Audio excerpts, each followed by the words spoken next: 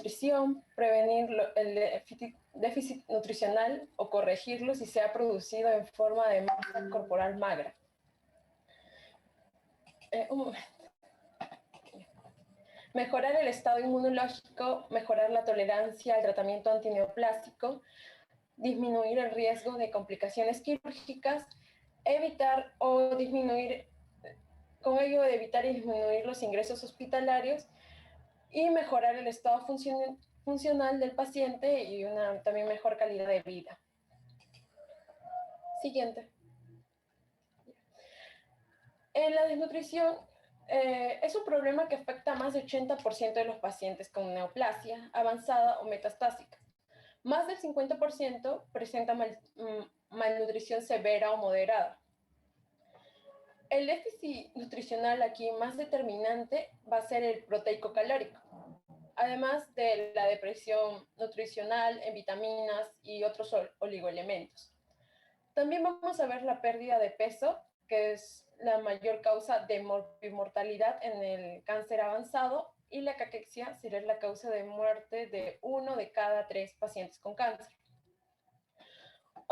Otros efectos con respecto a la pérdida de grasa corporal y proteínas musculares van a ser el retraso de la cicatrización de heridas quirúrgicas, mala absorción por falta de síntesis de enzimas digestivas, potenciación de la inmunosupresión debido al tratamiento y con ello favorecimiento de las complicaciones infecciosas, astenia por la disminución de la masa muscular, con ello una disminución a la tolerancia también al tratamiento y un deterioro de la calidad de vida. Siguiente. Ya. Aquí vamos a ver que las causas de desnutrición en el paciente oncológico. Las causas frecuentemente se encuentran asociadas a tumor relacionadas al paciente, relacionadas al tratamiento. Con respecto a las que están relacionadas al tumor, vamos a ver las alteraciones mecánicas o funcionales del aparato digestivo, las alteraciones metabólicas, la secreción de sustancias caquetizantes, el dolor, la anorexia y caquexia cancerosa. Las relacionadas con el paciente, los hábitos adquiridos, y las relacionadas con el tratamiento, la cirugía, la radioterapia y la quimioterapia. Siguiente. Ya, las que están relacionadas con el tumor, vamos a ver las alteraciones mecánicas o funcionales del aparato digestivo. Entre ellas tenemos a la obstrucción mecánica alta, que impedirá el paso del bolo alimenticio. Encontramos a los tumores de cabeza, cuello y esófago. También están las alteraciones anatómicas a nivel gástrico, que originan intolerancia alimentaria, como las náuseas, vómitos, la obstrucción mecánica de tramos bajos del aparato digestivo, que originan obstrucción intestinal, las lesiones mucosas originadas por el tumor, que impiden la alimentación, como las hemorragias digestivas, las úlceras, fístulas. Y el último, las alteraciones de la absorción de los nutrientes, que se va a dar por la invasión tumoral de la mucosa del intestino delgado. Con respecto a las alteraciones metabólicas, aquí en el enfermo con cáncer suele existir en general un aumento de catabolismo. Va a existir un aumento de glicólisis anaeróbica. Bueno, aquí la glucosa es el sustrato preferente del que los tumores dependen energéticamente. Como consecuencia, se va a producir una mayor producción de lactato, el cual va a ser utilizado por el hígado para volver a formar glucosa, proceso que se va a requerir un alto consumo energético. El aumento de la lipólisis va a ser responsable de la pérdida de grasa, y el catabolismo proteico superará la síntesis proteica, lo cual va a producir una depresión de proteínas musculares y viscerales. En la secreción de sustancias caquetizantes se van a ver los mediadores circulantes provenientes tanto del tumor como del huésped. Estos van a ser causantes directos de la caquexia. Estos mediadores, aquí están los mediadores como el factor de lipólisis y el factor de inducido de las proteínas musculares y proteínas musculares. Por parte parte del huésped, el factor de necrosis tumoral alfa o cagactina, las interleuquinas 1 y 6, el interferón gamma y el factor movilizador de lípidos.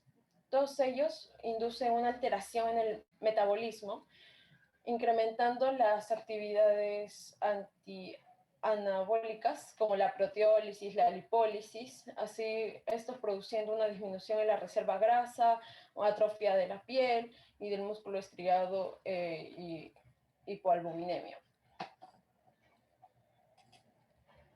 Siguiente, ya, bueno, con respecto a los relacionados al paciente, vamos a tener a los hábitos adquiridos.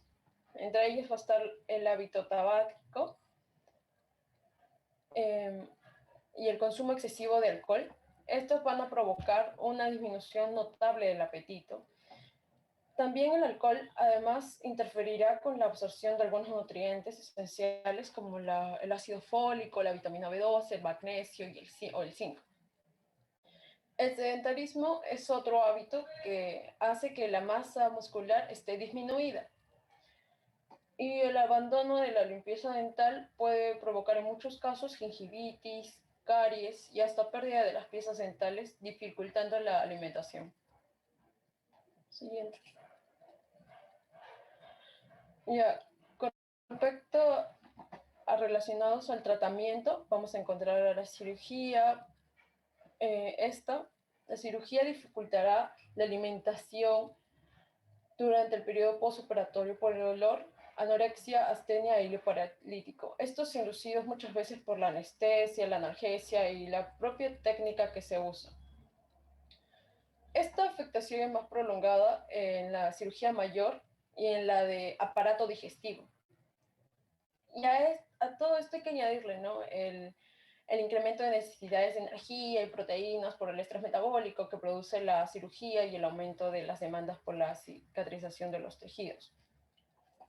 Ahí podemos ver un cuadro que muestra la cirugía de cabeza y cuello, que tendría que ver con la alteración de la masticación y deglución, la restricción esofágica, con la alteración también de la deglución, reflujo y saciedad precoz, la resección gástrica con la saciedad precoz, éstesis gástricos, reducción del intestino delgado, con diarreas, alteraciones hidroeléctricas, mala absorción y los demás que podemos leer ahí. También, siguiente.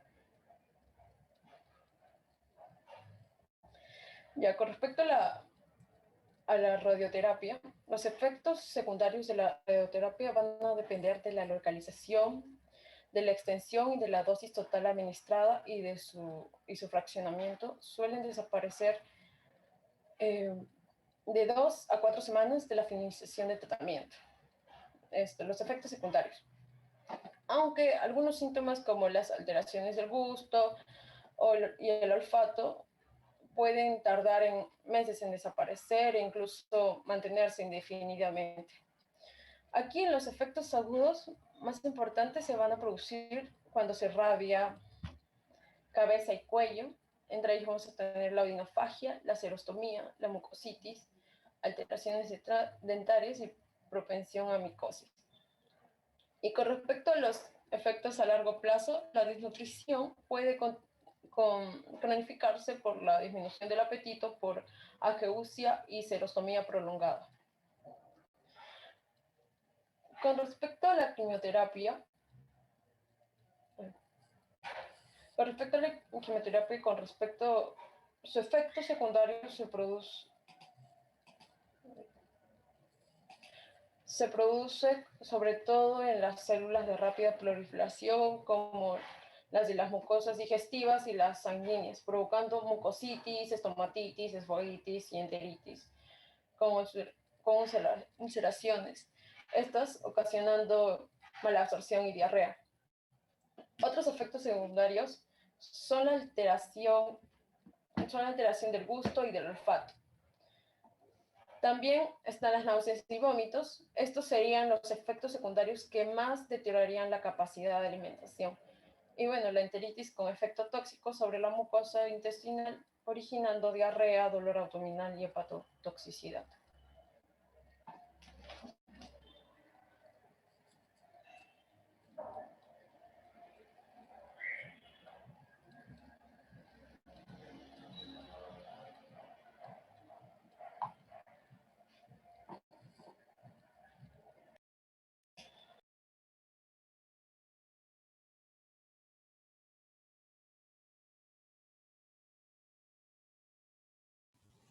Hola.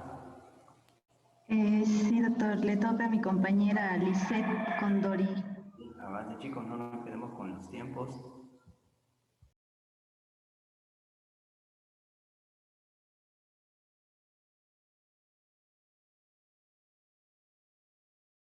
Yo creo que mi compañera no está. Bueno, esta parte No, le sí, tocaba a estoy ella. teniendo problemas de conexión, me dijo un ratito de se conectó.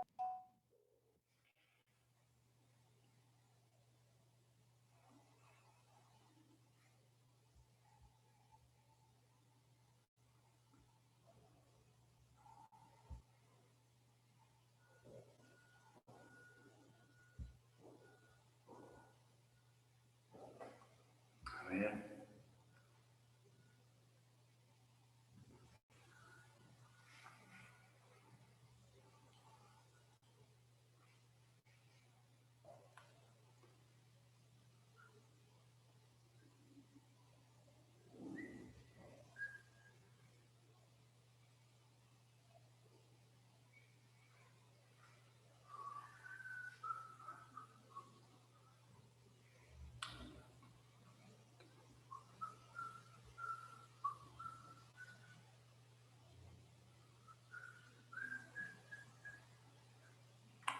Podemos ir avanzando con la siguiente expositora, expositor. Ya, doctor. A ver. Un momentito, voy a adelantar. Bueno, mi parte es la que sigue de diagnóstico. Esta es la segunda parte de diagnóstico, ¿no? Bueno, primero tenemos que valorar el estado nutricional del paciente. Entonces, primero vamos a preguntar, ¿no? En la anamnesis. Primero tenemos que interrogar al paciente si consume tabaco o alcohol, como lo que mencionó mi compañera Mónica al inicio, ¿no?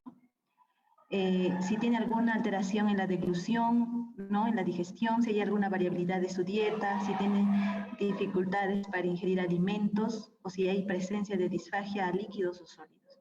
Si el paciente está en urgencias, no vamos a preguntarle todo esto, ¿no? Entonces, en estudios se ha hecho la encuesta de 24 horas, que incluye esta pregunta, ¿no? Preguntarle al paciente, ¿qué comió usted a lo largo del día de ayer, ¿no? Preguntarle no solamente por el día de ayer, sino también los días previos o semanas previas, acompañado de las preguntas de si tiene anorexia o si tiene algún negativismo a ciertos alimentos, a las frutas, a las verduras, y también preguntarle si tiene tolerancia a la dieta habitual. O sea, si el paciente cuando consume algún alimento tiene náuseas, tiene vómitos. Entonces, eso es importante preguntarle al paciente. ¿Por qué? Todas estas preguntas nos van a permitir identificar, ¿no? Tanto qué nutrientes están en déficit en el paciente y qué alimentos también son mejor tolerados por el paciente. Como punto 2, en la exploración física, tenemos que tomarle el peso, la talla, frecuencia cardíaca, presión arterial, también ver si hay presencia de edemas, ¿no? Su localización y la extensión. También ver la presencia de escaras, ¿no? ¿Por qué? Porque esto nos avisa cómo está afectado el tejido subcutáneo y también nos permite ver la desnutrición, ¿no? Del paciente. También ver los signos de hipovitaminosis, ¿no? Y esto se le puede ver al paciente si le pedimos que saque la lengua y vemos que la lengua está depapilada, brillante, o tiene erosiones en la comisura labial, entonces esto nos indica de que el paciente está teniendo un déficit, ¿no? De vitamina B12. Bueno, 3, tenemos que medir los parámetros antropométricos, ¿no? Tomarle el peso y de acuerdo a eso expresarlo en porcentaje, cuánto es la reducción del paciente, ¿no? De su peso del paciente. También ver su talla, tomarle el índice de masa corporal de acuerdo a su peso talla y también verle el pliegue tricipital y de paso la circunferencia y área muscular del brazo.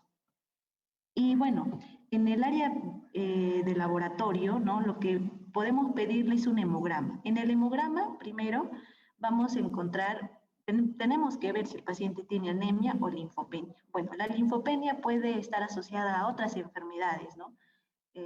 Pero también es relacionado con un paciente oncológico. Si encontramos menor de 1200 linfocitos, entonces podemos sospechar que el paciente está teniendo desnutrición. Si es menor de 800, ya es una desnutrición grave, ¿no? También tenemos que ver su albúmina, cómo está. Si está menor de 3 gramos por decilitro, entonces nos indica desnutrición. La prealbúmina, esto generalmente lo usamos cuando le estamos aplicando el tratamiento nutricional, ¿no? Para ver si está siendo eficaz el tratamiento nutricional. ¿Por qué? ¿Por qué la prealbúmina? Porque tiene una vida media de 2 a 3 días. Entonces, esto nos permite detectar cambios recientes, ¿no? También la excreción de creatinina en orina de 24 horas. Aquí nos informa sobre el contenido de la masa muscular. Bueno, ya en el tratamiento de la caquexia neoplásica tenemos que ver 3 puntos, ¿no? Tenemos que ver si el paciente tiene una desnutrición leve, que es grado A, ¿no? Si tiene una desnutrición moderada, como está aquí en el segundo espacio, y si tiene una desnutrición grave. De acuerdo a esto, le damos un tratamiento. Si el paciente tiene una desnutrición leve, ¿no? Y no recibe un tratamiento antineoplásico de alto riesgo, solamente le podemos dar una educación nutricional básica y estar controlando periódicamente, ¿no?, su peso. También, si el paciente recibe tratamiento de alto riesgo nutricional, lo que tenemos que hacer es darle consejos nutricionales específicos y valorar si necesita utilizar suplementos. En los pacientes de desnutrición moderada, tenemos que, si reciben un tratamiento de bajo riesgo, se tiene aquí que utilizar suplementos, ¿no? Y si la terapia es de alto riesgo, aquí está indicada la nutrición artificial. En la nutrición grave, si los pacientes están sometidos a tratamiento antineoplásico, aquí está indicado un soporte nutricional agresivo con nutrición artificial. Y si el paciente tiene una caquexia cancerosa, ¿no?, sometidos a cuidados paliativos, el manejo aquí debe ser individualizado para el paciente. Entonces, para dar el tratamiento, primero tenemos que calcular los requerimientos nutricionales que necesita el paciente. Esto depende mucho de qué tipo de paciente es, ¿no? Entonces, bueno, las necesidades calóricas normalmente en un paciente oncológico es de 25 a 40 kilocalorías por kilogramo de peso, ¿ya? Si estos asteriscos que ven aquí, depende de, por ejemplo, si el paciente tiene un peso habitual, ¿no?, o sea, normal, entonces le ponemos su peso aquí, que el que tiene, ¿no? Pero si el paciente presenta un adelgazamiento, obesidad, no le vamos a poner el peso, ¿no?, que tiene en ese instante, sino el peso teórico, o sea, el peso ideal, ¿no? Ahora tenemos que también ver si el paciente es anciano, si está encamado, ¿no? Entonces, a estos pacientes se le da 25 a 30 kilocalorías por kilogramo. Ver también si el paciente es adulto con actividad muy ligera, se le da 35 kilocalorías por kilogramo. Si tiene una desnutrición o actividad ligera, se le da 35 a 40 kilocalorías. Y si es un paciente con obesidad, ¿no?, se le da 25 a 30 kilocalorías según la actividad física que realiza. También no solamente eso, ¿no?, también tenemos que ver que el paciente va a necesitar requerimientos proteicos. Entonces, esto depende de dos. Si el paciente es un paciente oncológico sin estrés, se le da de 1 a 1,5 gramos por kilogramo al día, y en pacientes que tienen caquexia o estrés metabólico, se le da de 1,5 a 2,5 gramos por kilogramo al día. Entonces, como les mencionaba al inicio, ¿no?, ¿en qué consiste una educación nutricional básica? Bueno, con esto el objetivo es que el paciente incremente su apetito y evite la saciedad. Entonces, como vemos en la imagen, ¿no?, el paciente tiene que estar en un ambiente tranquilo, relajado a la hora de comer, tiene que comer sentado, tiene que tomarse todo el tiempo necesario, ¿no? También evitar los olores producidos durante la preparación de los alimentos. ¿Por qué? Porque puede provocar en el paciente una repugnancia, ¿no?, o aversión a estos alimentos. También antes de que coma el paciente, dice que es bueno que haga un ejercicio, ¿no?, o que tome algún aperitivo para que estimule su apetito. También, bueno, también nos aconseja de que no es importante que el paciente prepare sus propios alimentos. También sus alimentos tienen que ser variados, ¿no? De acuerdo a la situación que se encuentra el paciente, donde puede haber diferentes presentaciones de la comida, ¿no? También evitar los condimentos excesivos. Las temperaturas también es importante, evitar temperaturas muy calientes o muy frías, muy dulces, o una grasa excesiva o muy aromatizada. También tomar preferentemente alimentos secos como el pan, galletas, yogur, frutas o verduras cocidas. Si el paciente come de noche, realizarse, dice, con alimentos líquidos o suplementos, ¿no? También se le debe aportar proteínas con alto contenido calórico, y esto lo encontramos pues en la leche, en los quesos, en la mantequilla, los huevos, el pescado, la carne. Y también para mantener también una dieta equilibrada, es necesario complementar con frutas, verduras, para aumentar las calorías, ¿no? Y zumos de frutas. También es importante el agua, ¿no? Que el paciente dice que tiene que ingerir de 2 a 3 litros al día. La ropa también, cuando se coloca el pantalón, no tiene que ser muy estrecho, ¿no? Tiene que ser una ropa enlogada para que no prime la cintura del abdomen. Y en fases más avanzadas se le puede sustituir, ¿no?, algunos alimentos por suplementos nutricionales, y también es muy necesario controlar el peso del paciente periódicamente. Los consejos nutricionales específicos. Por ejemplo, al inicio, ¿no? Si el paciente, por ejemplo, tiene disfagia, puede ser debido neurológicamente o por odinofagia, por glucectomía, o cuando es una disfagia completa, ¿no? Entonces, para cada tipo hay consejos, ¿no?, que nos aconsejan. También, si el paciente tiene mucositis, se deben tomar los alimentos a temperatura ambiente, evitando muy caliente o muy frío, ¿no? Y ver la valoración de suplementos. Y también si estos pacientes son acompañados de estreñimiento, ¿no? Entonces se le puede dar, dice aquí, salvado de trigo, ¿no?, de 3 a 6 cucharaditas al día. También hacerle un enema con glicerina o dar laxantes osmóticos.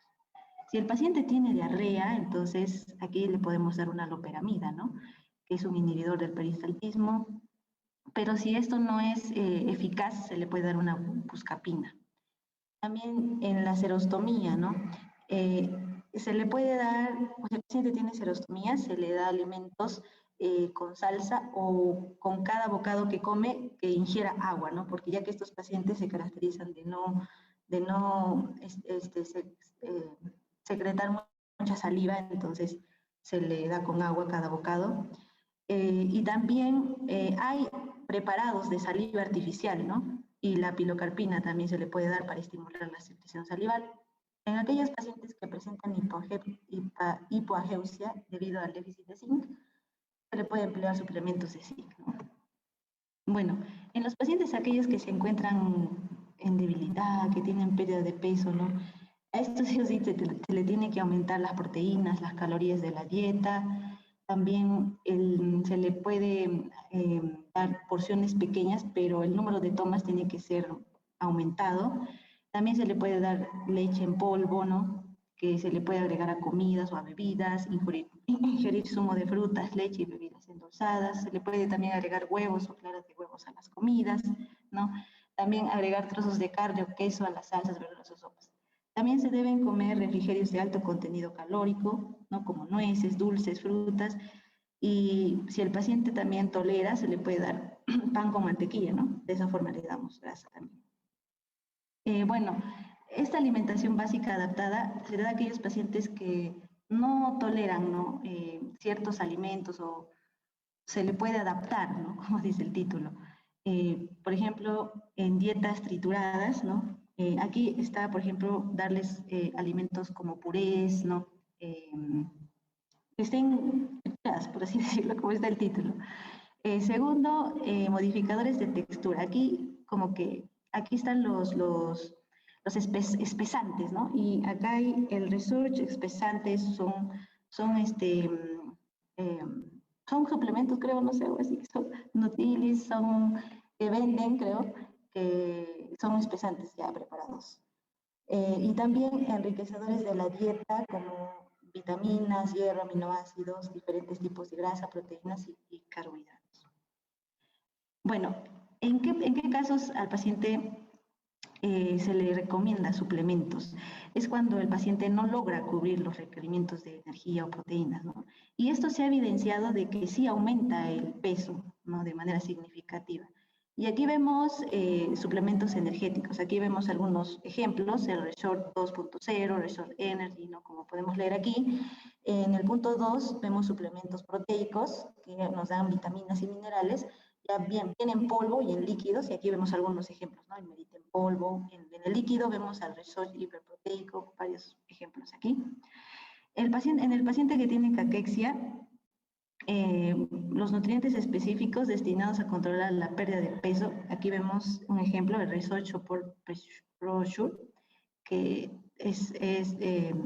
bueno, acá lo dice, ¿no? Para aquellos pacientes que tienen caquexia.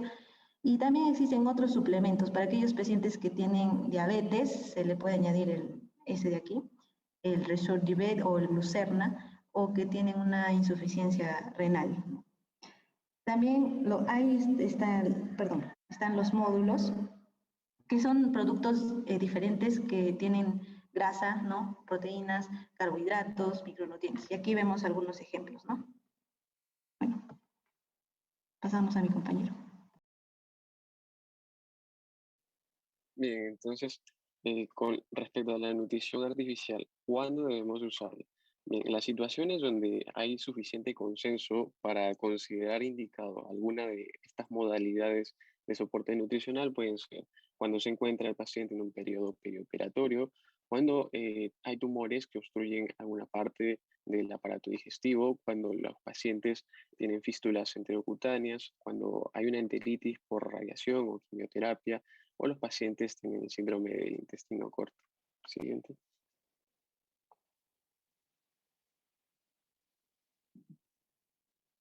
Siguiente, por favor.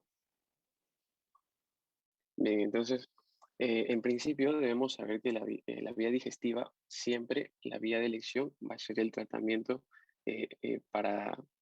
siempre va a ser la vía digestiva de elección para el tratamiento nutricional, siempre y cuando también hay un buen funcionamiento intestinal. Esto, entre otras cosas, porque tiene muchos beneficios comparado con los otros tipos de soporte nutricional. Por ejemplo, que es más fisiológica, que es más eficiente al momento de aprovechar a los nutrientes, tiene un menor número de complicaciones y menor tiempo de hospitalización, previene la translocación bacteriana, puede realizarse también en el domicilio y es mucho más económica que una nutrición parenteral, por ejemplo. Además de que mantiene un funcionamiento intestinal y, por tanto, evita lo que es la atrofia de la mucosa intestinal. Pero también va a tener sus contraindicaciones. Por ejemplo, cuando hay una obstrucción intestinal, hay náuseas o vómitos incoercibles, es decir, que no pueden detenerse, o fístulas gastrointestinales en lugares de difícil localización, ¿no? Que también es difícil derivar con una sonda entérica, o una mucositis de grado 3, esofagitis aguda, enteritis tras quimio o radioterapia. Y sus complicaciones son el vómito o la aspiración. En cuanto a la vía que debe utilizarse para ser administrada, siempre que se pueda, debe ser la vía oral. Pero en casos donde esté afectado la deglución o cuando se espere que después del tratamiento oncológico se pueda producir una mucositis que sea severa, puede utilizarse lo que son las sondas o las ostomías. Dentro de las sondas vamos a tener a la nasogástrica o la nasoyeyunal. Eh, las sondas siempre van a tener un recambio en un periodo de tiempo relativamente más corto en comparación con las ostomías. Por ejemplo, la sonda nasogástrica se piensa cuando se espera dar un tratamiento por unas 2 semanas a 3 meses, pero sin embargo puede utilizarse por un poco más de tiempo y se puede recambiar cada 4 o 6 meses, menciona la literatura. Pero en el caso, por ejemplo, de las ostomías, que además es las vías de elección en pacientes que desean, o bueno, que van a llevar tratamientos agresivos, pero que desean también mantener un mínimo de vida social. Aquí, por ejemplo, en el caso de la gastrostomía, se puede hacer el recambio del sistema cada 6 o 12 meses, ¿no? Incluso puede ser más tiempo. Eh, Lo que sí es que esto pues, involucra un procedimiento quirúrgico, lo que sí la gastrostomía pues, va a ser menos invasivo, puede usarse el apoyo endoscópico también. Siguiente.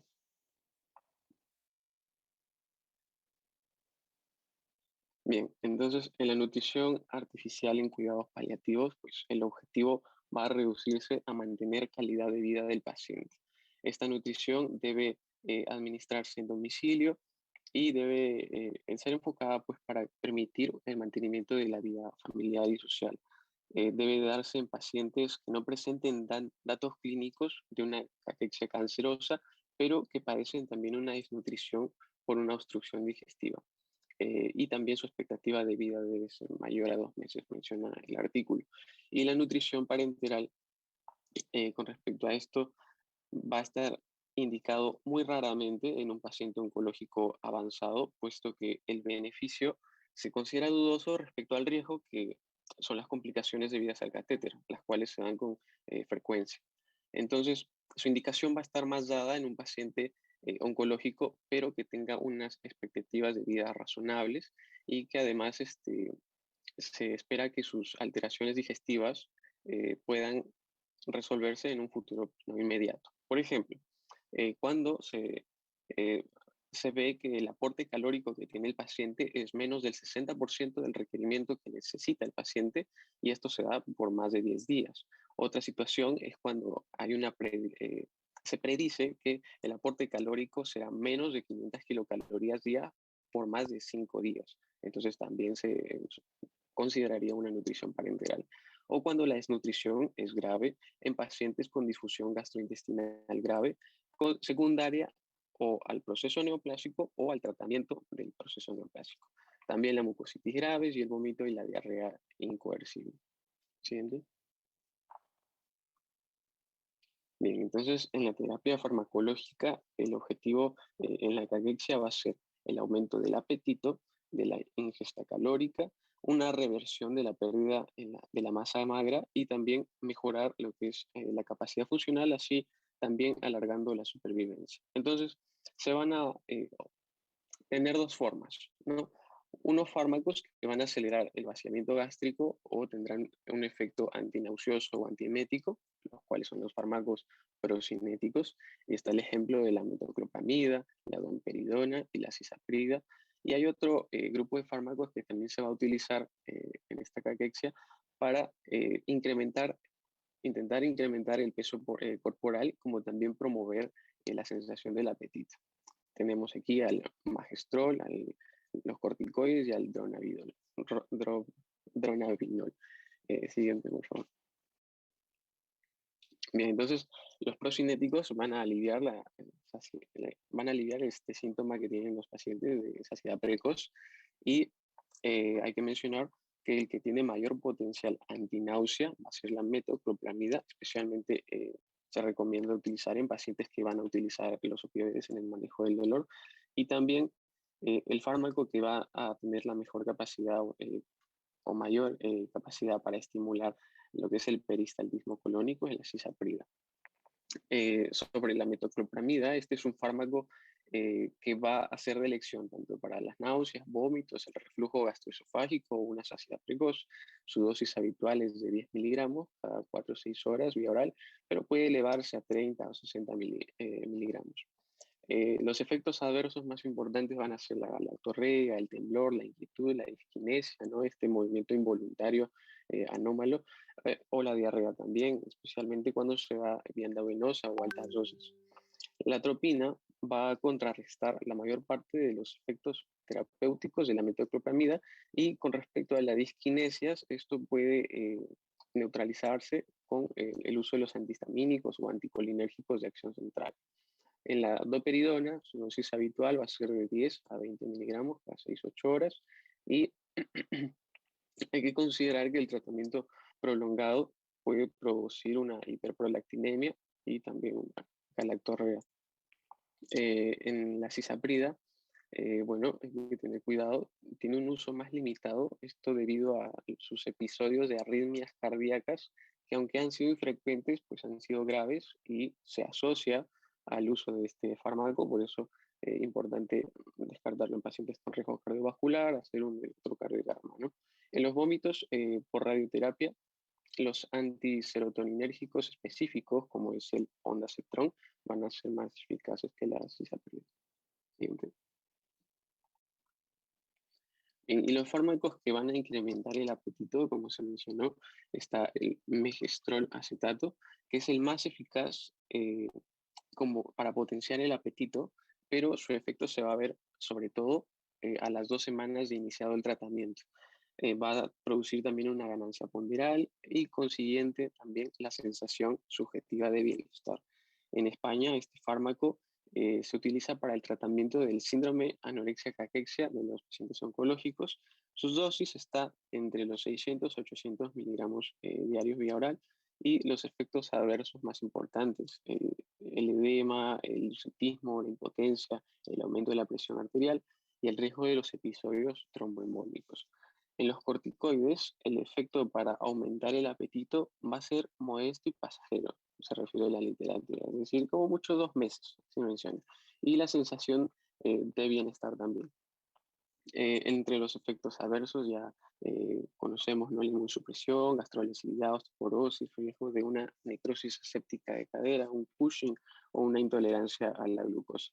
En dosis de 4 a 8 miligramos de dexametasona o equivalente pueden ser útiles también en pacientes con una expectativa de vida corta.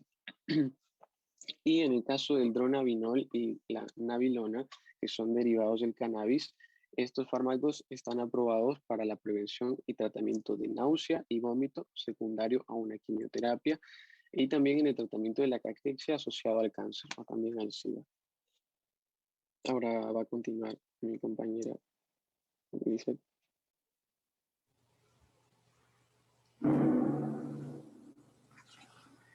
Bien, ahora te faltaba, ¿no? Sí, doctor, buen día.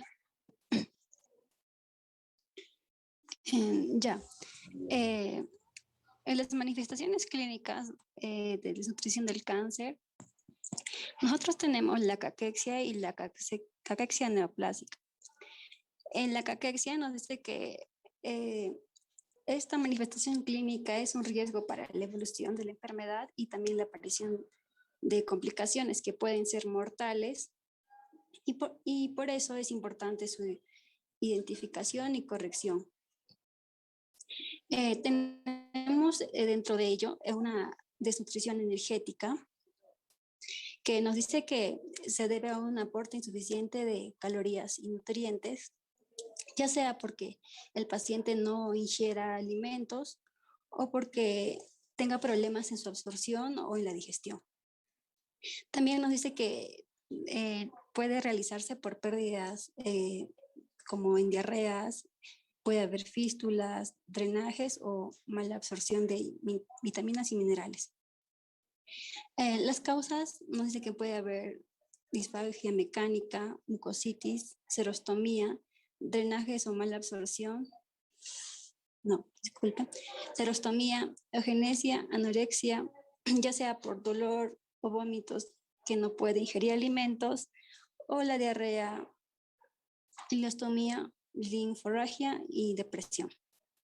En la clínica nos dice que el paciente presenta pérdida de peso y de la grasa subcutánea y en menor cuantía de músculo esquelético. También puede presentar astenia, depresión, estreñimiento y otros signos como bradicardia, hipotensión y una evolución lenta. En las complicaciones nos dicen que puede haber alteraciones electrolíticas, también puede haber hipomagnesemia, hipofosfatemia, o un déficit vitamínico. Y en casos severos se pueden presentar las infecciones, alguna complicación quirúrgica y la mortalidad. También nos dice que se aumenta el riesgo de complicaciones cuando la desnutrición es severa. Se le va a realizar una cirugía o algún tratamiento antineoplásico o alguna comorbilidad que tenga, ya sea diabetes, hipertensión o alguna otra enfermedad. También nos menciona la desnutrición mixta, que a esta diferencia de la otra, se debe a situaciones de estrés hipercatabólico y es más deficiente que el aporte calórico proteico. En la etiología nos dice que la cirugía agresiva puede ser también a una infección grave, una sepsis o una fiebre mantenida.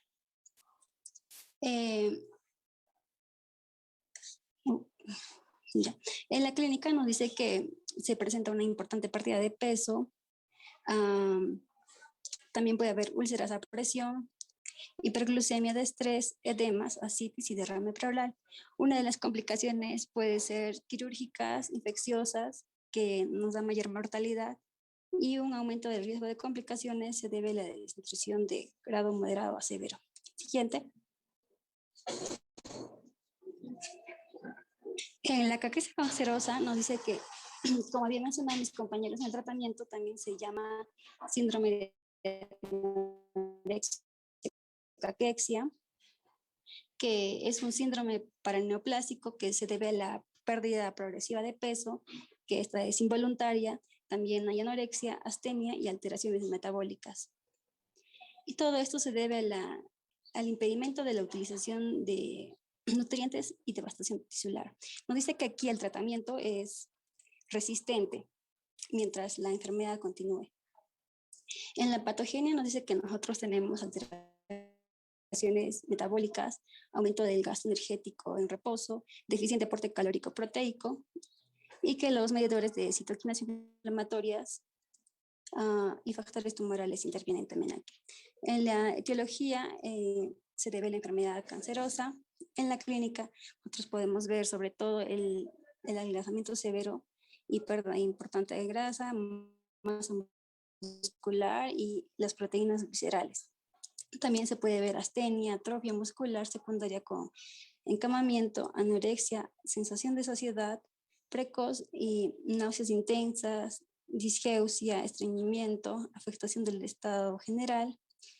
También, como mencionaba, úlceras por presión, derrame pleural por hiperproteinemia, anemia, hiperglucemia, hipertrigliceridemia y déficit vitamínico e inmunológico. En las complicaciones, al igual que la otra, también son quirúrgicas, infecciosas.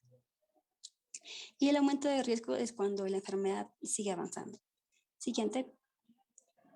Ya. En el diagnóstico de nutrición de cáncer, nos dice que nos ayuda a prevenir e iniciar el tratamiento adecuado. También nos dice que hay estudios longitudinales que nos dicen que el tratamiento de nutrición en las neoplasias ayudan a mejorar la calidad de vida. Tenemos 3 indicadores de desnutrición que son, primero, el indicador de masa corporal, el índice de pérdida de peso de tiempo y la valoración global subjetiva, que esto es generado por el paciente y, como también mis compañeros habían mencionado, lo conocen como PGSGA. Siguiente.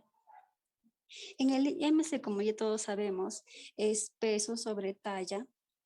Y en el donde podemos ver en el cuadro se valora en desnutrición cuando es menor a 18,5, normal de 18,5 a 24,9, sobrepeso de 25 a 29, obesidad de 30 a 39 y obesidad mórbida cuando es de mayor, de 40. También podemos ver el índice de pérdida de peso tiempo y a su vez, este indicador mide la velocidad de pérdida de peso en el tiempo y él nos dice que es el parámetro más sensible para detectar el riesgo de complicaciones. En el cuadro podemos ver que en el tiempo de una semana se calcula un mayor a 2%, en un mes un mayor a 5%, en 3 meses 7,5% y en 6 meses 10%. Siguiente.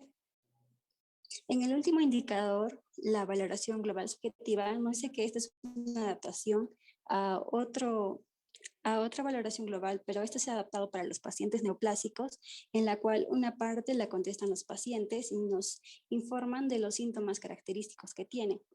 Adicional a eso, lo completa el doctor.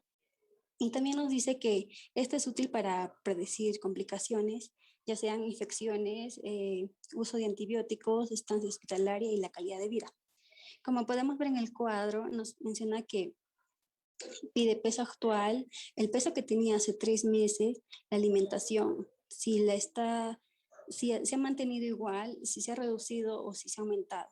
Y el tipo de alimentos que está ingiriendo, si es una dieta normal o hay pocos sólidos, solo sólidos o solo preparados nutricionales o si está ingiriendo muy poco.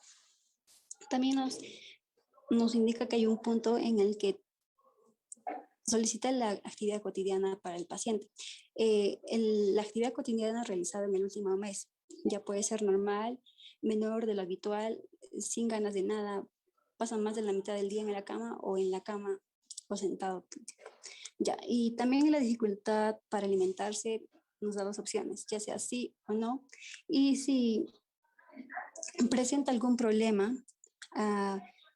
para alimentarse, como puede ser la falta de apetito, ganas de vomitar, vómitos, estreñimiento, diarrea y otros factores que pueden afectar la alimentación. Y el médico puede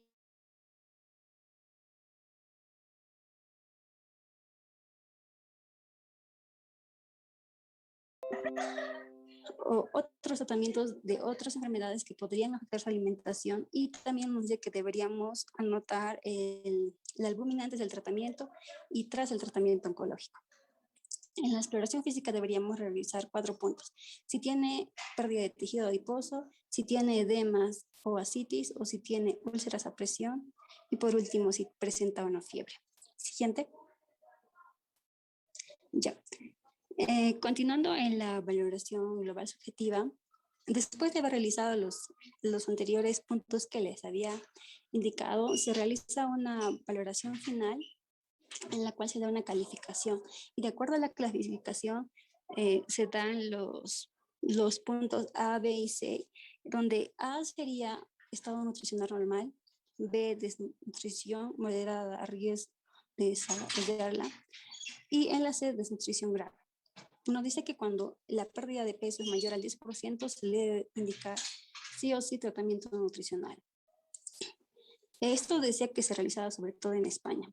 No sé cómo está en otros países. Continuando, nos decía que el método de evaluación continua del riesgo nutricional y la eficacia de la intervención. O sea, sirve para valorar esto y sobre todo para el tratamiento, como ya lo habían visto. Siguiente. Ay, eso era todo.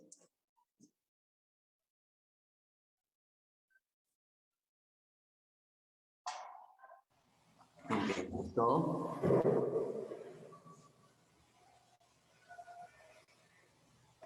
Sí, doctor, eso es todo.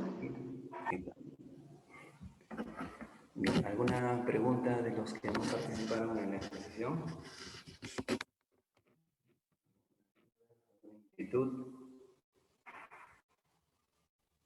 Doctor, yo tengo una pregunta. Si existe, o sea, ciertos alimentos que pueden tener interacción con los quimioterápicos.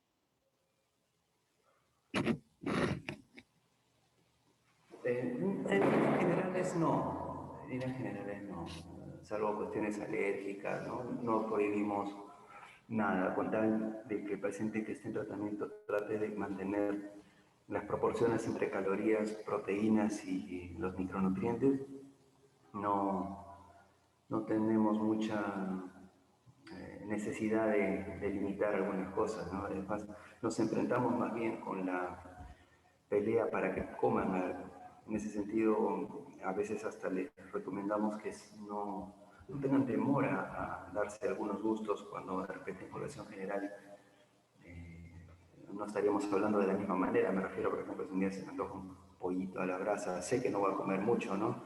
Así que adelante, no hay temor a limitarlo porque podría tener demasiada cantidad de grasas o cosas así. El paciente con cáncer suele tener deficiencia nutricional mixta y en ese sentido le va a faltar de todo. Lo que quiera comer será bien recibido, siempre y cuando, como les digo, uno mantenga también las normas de higiene y cuidado para que no le genere más problemas, sobre todo si es que el paciente tiene alguna posibilidad de estar en neutropenia, en cuyo caso allí sí podrían verse algunas limitaciones, como por ejemplo, no sé si alguien del grupo que ha expuesto puede comentarme algo sobre ¿qué le dirían a una persona que está en cáncer, en quimioterapia, y que les pregunta sobre su nutrición? ¿Quién fue la última expositora?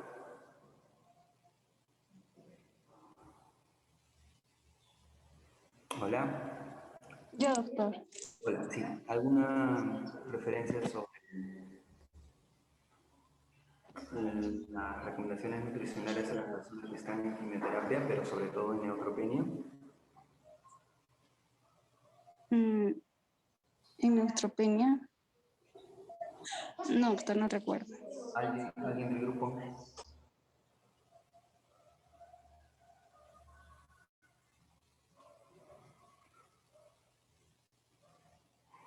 ¿Nadie?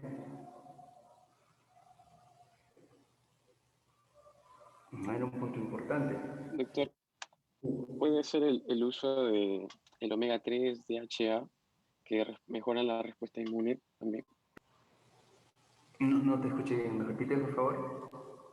El uso de el omega 3 o el DHA que mejora la respuesta inmune. Sí, sí, puede ayudar. En realidad no hay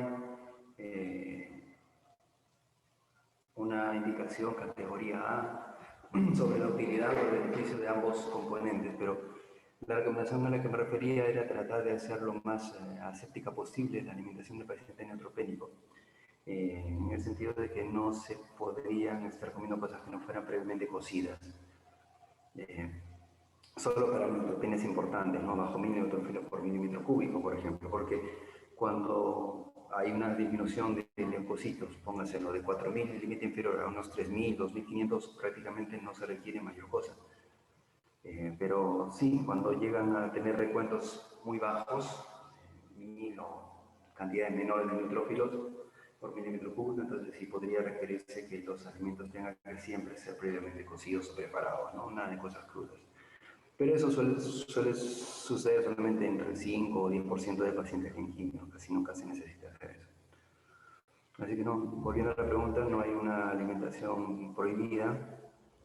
Mientras se mantenga el balance, el equilibrio entre los componentes, bienvenido sea, ¿no? Más bien, como les digo, hay que estar peleando para que coman algo. Gracias, doctor. Muy bien. Bueno, chicos, ok, vamos al siguiente grupo, que estamos otra vez corriendo contra la hora. ¿Está listo el segundo grupo? Y gracias al primero.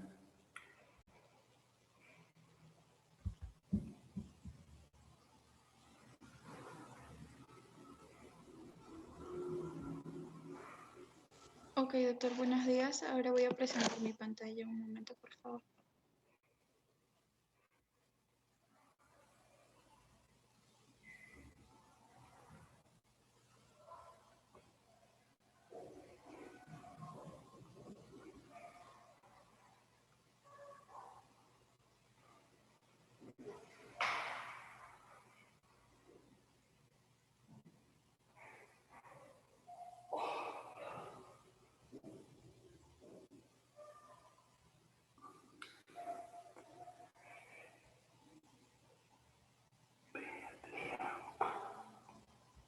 Por favor, ¿me pueden confirmar si están viendo en grande o si se ve pequeño todavía?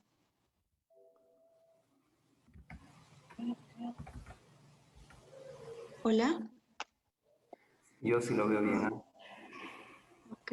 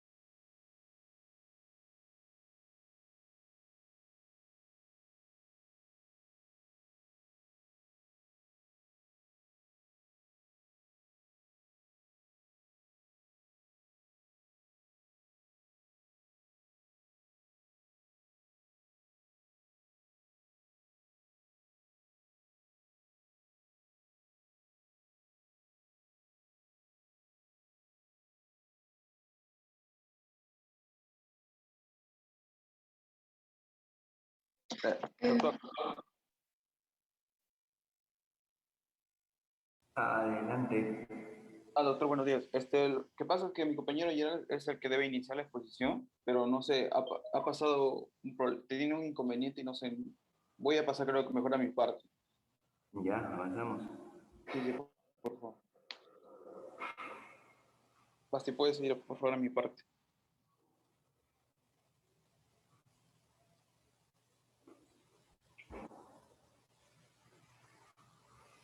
Ya. El tema de exposición en general es las etiologías más frecuentes de cánceres en la edad pediátrica, ¿no? En la parte que Gerald aún no ha expuesto, se habla acerca de la epidemiología, las etiologías más frecuentes que en oncología en la parte pediátrica se ven. En una de las más frecuentes es la leucemia linfoide aguda, y en este caso yo voy a tratar acerca del linfoma no-Hodgkin. Pase al siguiente, por favor. Ya. De manera introductoria, se puede decir que es una proliferación maligna a partir de células. El linfoma no-Hodgkin se va a distinguir del linfoma o de la forma del linfoma no-Hodgkin del tipo adulto, en que tiene un alto grado de malignidad y en particular la respuesta al tratamiento es muy variada. El linfoma no-Hodgkin también en los niños va a ser muy agresivo, va a haber difusos y una progresión a diseminación amplia. Por tanto, su diagnóstico precoz va a ayudar mejor en el pronóstico del paciente. Y algo que es bueno resaltar que las formas abdominales y mediastinales son las más frecuentes encontradas. En relación con el linfoma de Hodgkin del adulto, los ganglionales no van a ser poco frecuentes en este caso. Así. En epidemiología, la edad promedio, según la de presentación, va de los 5 a 20 años y tiene un alto pico a partir de los 5 a 8 años.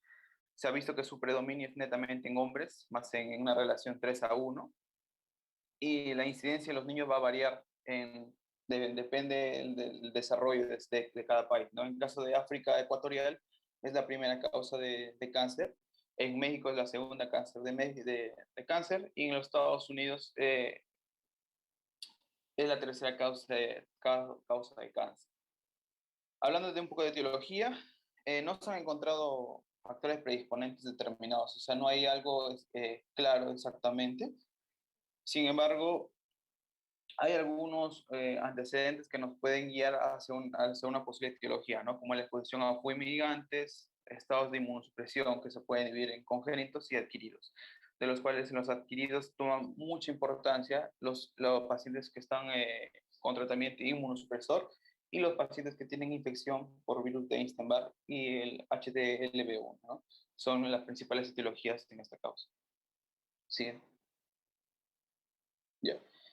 Hablando un poco de clasificación, la OMS en el año 2008 lo clasificó en 3 subtipos, ¿no? El tipo neoplasias de precursor de linfoides, neoplasias de células B maduras y neoplasias de células T maduras, de las cuales en oncología pediátrica las 3 más frecuentes son el linfoma linfoblástico T, el linfoma de Burkitt, el linfoma difuso de células grandes B, siendo el linfoma de Burkitt el más frecuente, entre un 50 a 90%, ¿no? Seguido del linfoma linfoblástico T de un 5 a 30%, y por último el linfoma difuso de células grandes B de 5 a 10%.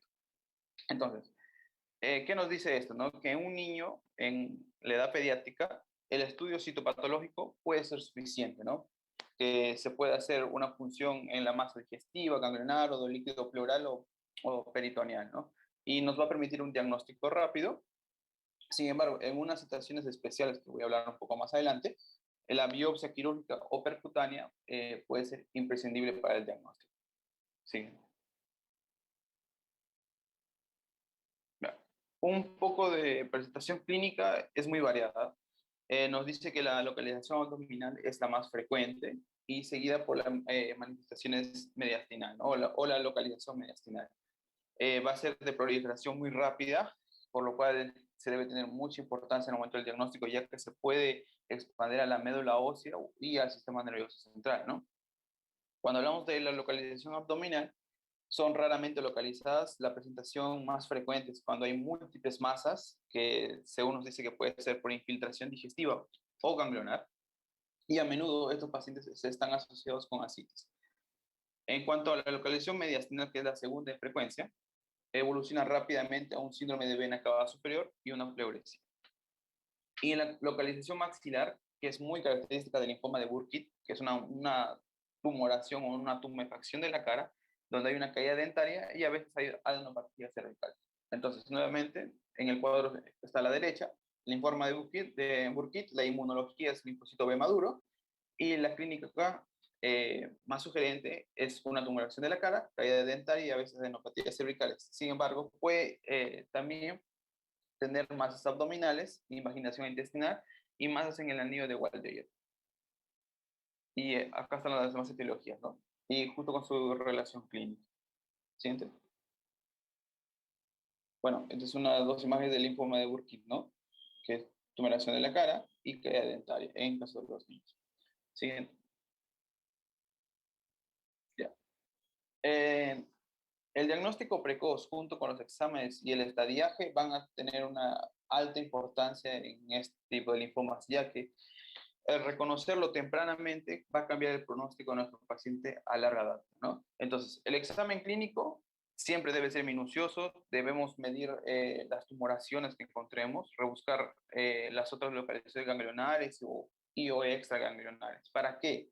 Para que nos van a servir de referencia para evaluar la evolución de la enfermedad durante el tratamiento, ¿no? Cuando nosotros sospechemos que ya el linfoma está invadiendo la médula ósea, nosotros vamos a encontrar en el hemograma citopenias o presencia de células linfomatosas, ¿no? Y debe confirmarse con un mielograma. En cuanto a los exámenes de estadiaje, es un examen biológico que va a buscar los cambios metabólicos de la proliferación linfoide y en particular el síndrome de Lysis, mediante el dosaje de ácido úrico y los electrolitos. Entonces, como medida general, todo paciente que sospechemos del linfoma debemos tener una biometría hemática que podemos encontrar normal, o en caso de afectación a médula ósea, una anemia, trombocitopenia o una citopenia aislada. En caso de parámetros de Lysis, los siguientes, ¿no? Potasio, fósforo, ácido úrico, y el lactato de hidroxigenasa, que tiene una alta correlación con el tamaño o con la expansión del tumor, son lo que encontramos. Dividiéndose en tres categorías, ¿no? Riesgo bajo, riesgo intermedio y riesgo alto. Riesgo alto siendo mayor a 999 unidades por litro y riesgo bajo menor a 500 unidades por litro. Radiografía de tórax anterolateral y anteroposterior y lateral tienen una alta importancia ya que pueden descubrir tipos de ganglios intratorácicos. La tag de abdomen y de tórax nos van a servir para determinar la extensión del tumor, y la aspiración de médula ósea y punción lumbar van a estar indicados en ciertos casos, ¿no? Para un tipo de evaluación inicial. Sí. Bueno, para más o menos también guiarnos en el tiempo, se ha descrito la clasificación de Murphy, ¿no? En 4 estadios, según el compromiso que se presenta en nuestro paciente.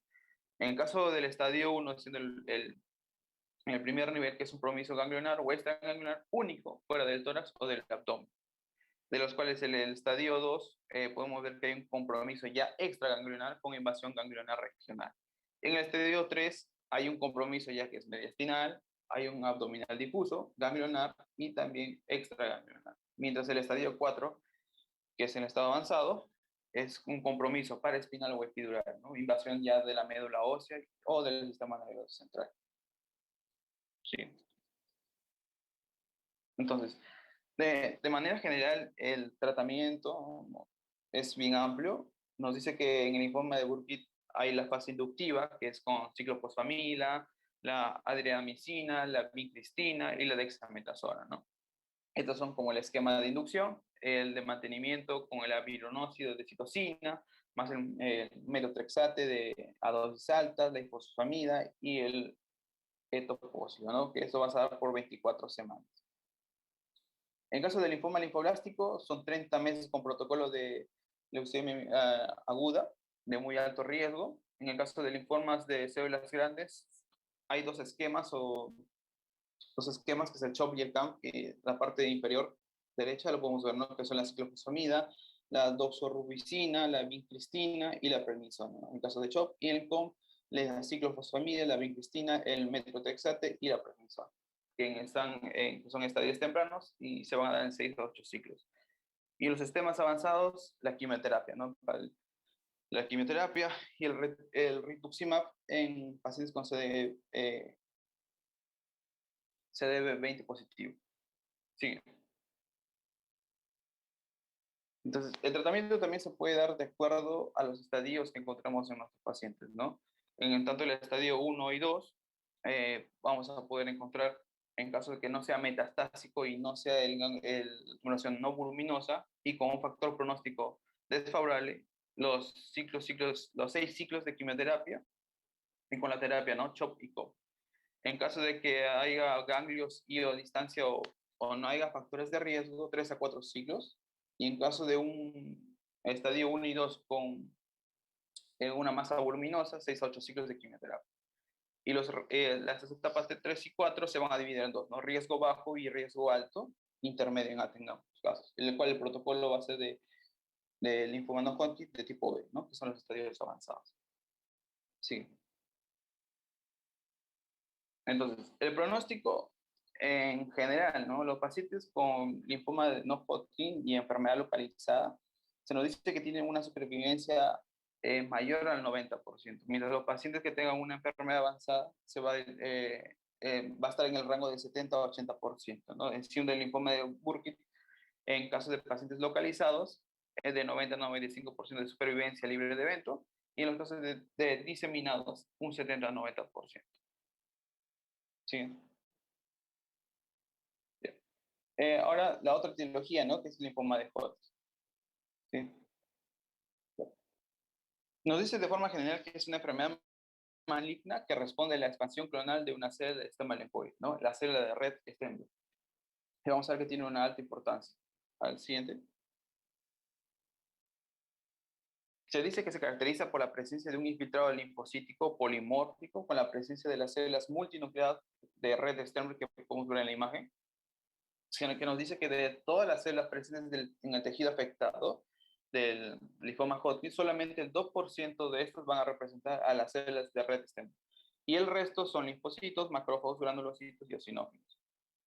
Las células de red Stemble son clonas del origen B, que van a ser presentadoras de antígeno y que van a formar gran cantidad de citoquinas. Por lo tanto, van a ser responsables de los denominados síntomas B de la enfermedad que vamos a tocarlo más adelante, y los que van a promover el crecimiento y contribuyen a evadir la vigilancia inmunológica, que tiene un alto valor en caso del pronóstico del paciente también cuando vamos a ver. Siguiente. Entonces, como sabemos, las células de red Stemble van a producir una alta cantidad de citoquinas, ¿no? Que es una de las cuales son la interleucina 1, la interleucina 6 y el factor de necrosis tumoral. Entonces, partiendo desde ahí, la OMS lo clasificó de forma general en dos tipos, ¿no? Linfoma Hodgkin nodular de predominio linfocitario y el Hodgkin clásico. Este Hodgkin clásico va a estar subdividido en 4. El escleroso nodular, la celularidad mixta, el predominio linfocitario y depresión linfocitaria. En este caso he encontrado dos teorías, ¿no? Que el escleroso nodular, según lo que hemos encontrado en un artículo, que es el más frecuente en la edad pediátrica. Sin embargo, otros dicen que no es, sino es la celularidad mixta. Dice, según lo que también hemos encontrado, que el 2/3 de los pacientes pediátricos afectados del linfoma Hodgkin presentan el subtipo de escleroso nodular, ¿no? Que es el que se dice que es el más frecuente en la edad pediátrica. Siguiente. Entonces, hablando de los 4 subtipos, ¿no? Predominio linfocitario, celularidad mixta, depresión linfocitaria, el que tiene mayor relevancia, por decirlo así, es la esclerosis nodular, que vamos a ver que va a estar en el 70% de los adolescentes, y de manera particular se van a encontrar ganglios cervicales, supracervicales y mediastinos, ¿no? Y la morfología, las células de red Stemble, y la variante lacunar, y la histología, ¿no? Vamos a ver una cápsula ganglionar engrosada con nódulos rodeados de fibras de colágeno. Sí. Bueno, en etiología, al igual que el linfoma no Hodgkin, se nos dice que es un poco desconocido. Sin embargo, se ha visto que hasta un 40-50% de los pacientes que tienen linfoma Hodgkin han tenido un antecedente o han tenido infección por el virus de Epstein-Barr, y se ha visto que la desnutrición puede contribuir también a una mayor susceptibilidad de presentar un linfoma de Hodgkin. En epidemiología, la incidencia del linfoma de Hodgkin es de 10 nuevos casos anuales por millón de niños en edad menor de 15 años. Dice que es más frecuente en niños, al igual que el linfoma de no-Hodgkin, con una relación 3:1. Y el riesgo de desarrollar linfoma Hodgkin de 2 a 4 veces se encuentra incrementado en pacientes que tienen mononucleosis infecciosa por virus de Epstein-Barr. Y en los países desarrollados existe una distribución bimodal, ¿no? En que la relación con la edad de presentación en primer pico está entre los 25 y 30 años y en el segundo constante de los 75 años de edad. Entonces, la clínica, ¿no? Los famosos síntomas B, ¿no? El paciente, si bien es cierto, puede tener también una clínica asintomática sin ningún síntoma, sin embargo, también puede presentar los síntomas B, que es una fiebre inexplicable mayor a 38 grados Celsius, la pérdida de peso mayor a 10% en los últimos 6 meses y una sudoración nocturna, ¿no? Que puede estar presente hasta un 25 a 30% de los casos. ¿Sí? Nos dice que la presencia de los síntomas, como anteriormente estaba, puede estar en un grado variable de 20 a 40% de los casos, puede presentar el paciente prurito y también puede estar asociado con trastornos de la inmunidad, ¿no? Que pueden acompañar la enfermedad, como es la anemia hemolítica autoinmune o la púrpura trombocitopénica autoinmune. Y la forma de presentación más frecuente, ¿no? Son las adenopatías cervicales o subclaviculares hasta un 70% de los casos y aumentan rápidamente en volumen y no son inflamatorios. El hallazgo de una esplenomegalia asociada a adenopatías nos debe orientar rápidamente a un diagnóstico de linfoma de Hodgkin, ¿no? Que puede ser muy revelador. Sí.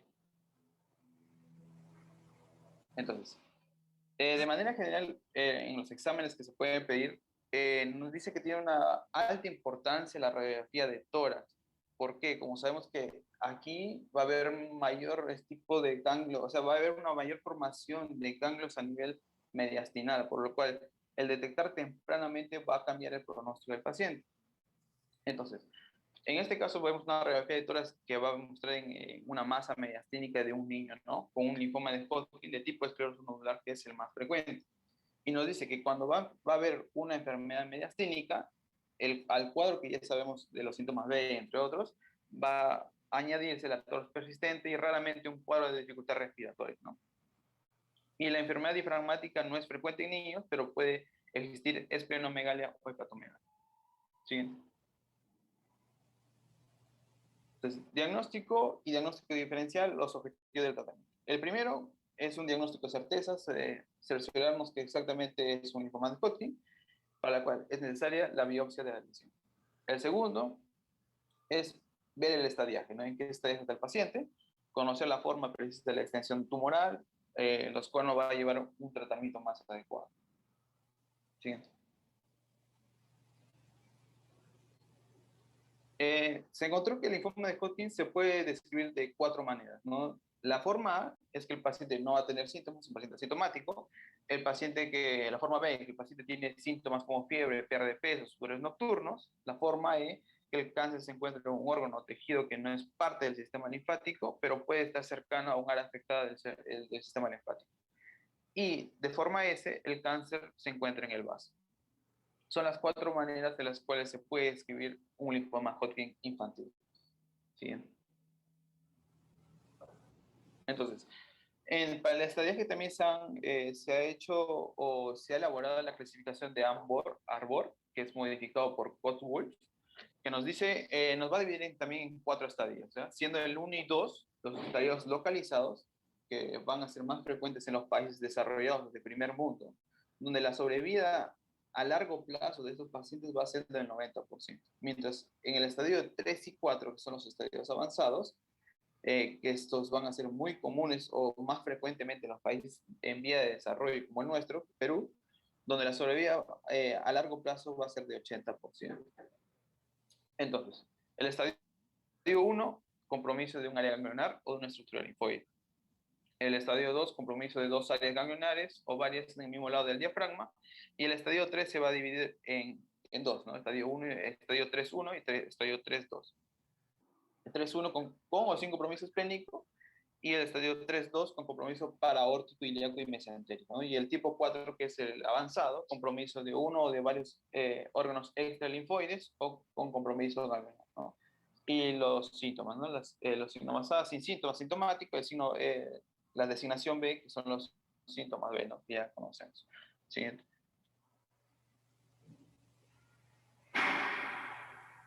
Para conocer el estadio, como se habló anteriormente, son necesarias, primero, una exploración física correcta y diversos exámenes, ¿no? Ya que los 2/3 de los pacientes, de los niños, presentan una enfermedad intratorácica. Por lo tal, la radiografía de tórax toma una alta importancia, ¿no?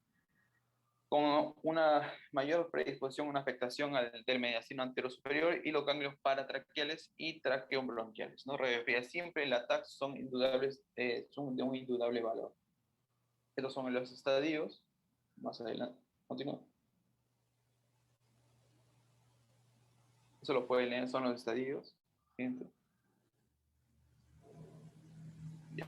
Para el diagnóstico y diagnóstico diferencial. El examen físico es el que tiene mayor valor, porque va a ver el tamaño de los ganglios afectados en las diferentes áreas. Nos va a servir como base para la evaluación durante el curso del tratamiento.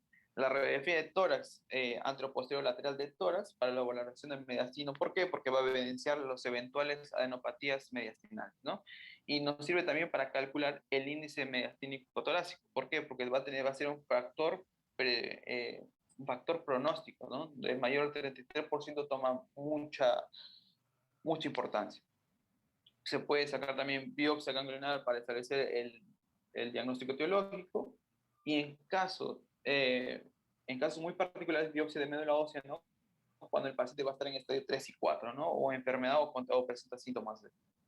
Y se va a diferenciar del linfoma no Hodgkin, ya que estos tienen un crecimiento ganglionar más rápido y se acompaña de un aumento de ácido úrico y lactasa hidrogenasa plasmático, ¿no? Y la mononucleosis infecciosa o hiperplasia reactiva son unos de los antecedentes. Siguiente. Ya. El tratamiento como tal, el más utilizado en la edad pediátrica, se nos dice, es el combinado de la quimioterapia más la radioterapia, ¿no? Ya dejándose de lado la radioterapia como único tratamiento por sus altos efectos adversos que presentan en el paciente.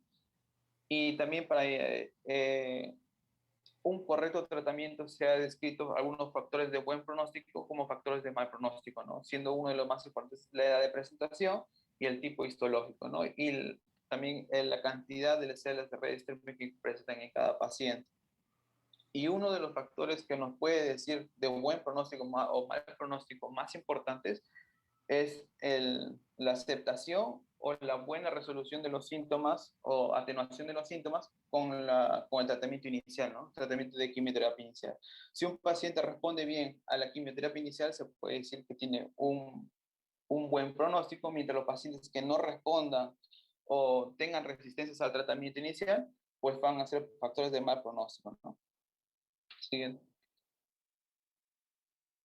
De acuerdo a los estadios, se puede dar el tratamiento de primera línea, ¿no? Con factores de riesgo, ¿no? En caso de los localizados, las terapias que están ahí por 2 o 3 ciclos, ¿no? El ABD. En el caso de los avanzados, ¿no? También igual con la bleomicina, etopósito, la adriamicina, la ciclofosfamida, el oncovin, que es la vincristina, la procarbazina y la prednisona, ¿no? Que van a estar en relación con la quimioterapia y radioterapia. Sí. En el tratamiento de la segunda línea, en pacientes que tengan recidivas, se ha visto que hay todo un esquema de tratamiento, ¿no? Pero por el tiempo lo voy a pasar de largo, pero pueden ver, es un esquema muy complejo, ¿no? Que se va a dividir en dos grupos, ¿no? Que es con muy buena remisión parcial y los pacientes que tengan recaída precoz, ¿no? Sí. Y este es el esquema o el algoritmo de terapéutica, ¿no? Para un paciente que tiene recidivas o progresión tras quimioterapia. ¿Sí? Ya. Y las complicaciones de tratamiento, de las más importantes son, ¿no? En la edad pediátrica son el hipotiroidismo, la alteración inmune a larga duración. En caso de los niños, el crecimiento va a ser retardado, ¿no? La esterilidad por alteración de las gónadas va a ser un problema muy común. Las anomalías de crecimiento óseo y tejido blando en los niños y la disfunción cardiopulmonar por el tratamiento también de la radioterapia, ¿no? Problemas psicosociales. Se nos dice que la supervivencia global en la terapia combinada de la enfermedad de Hodgkin con radioterapia y quimioterapia es del 90%, ¿no? A 5 años, aunque va a existir una variación según los grupos de 1 y 3 de tratamiento. Sí. Bueno.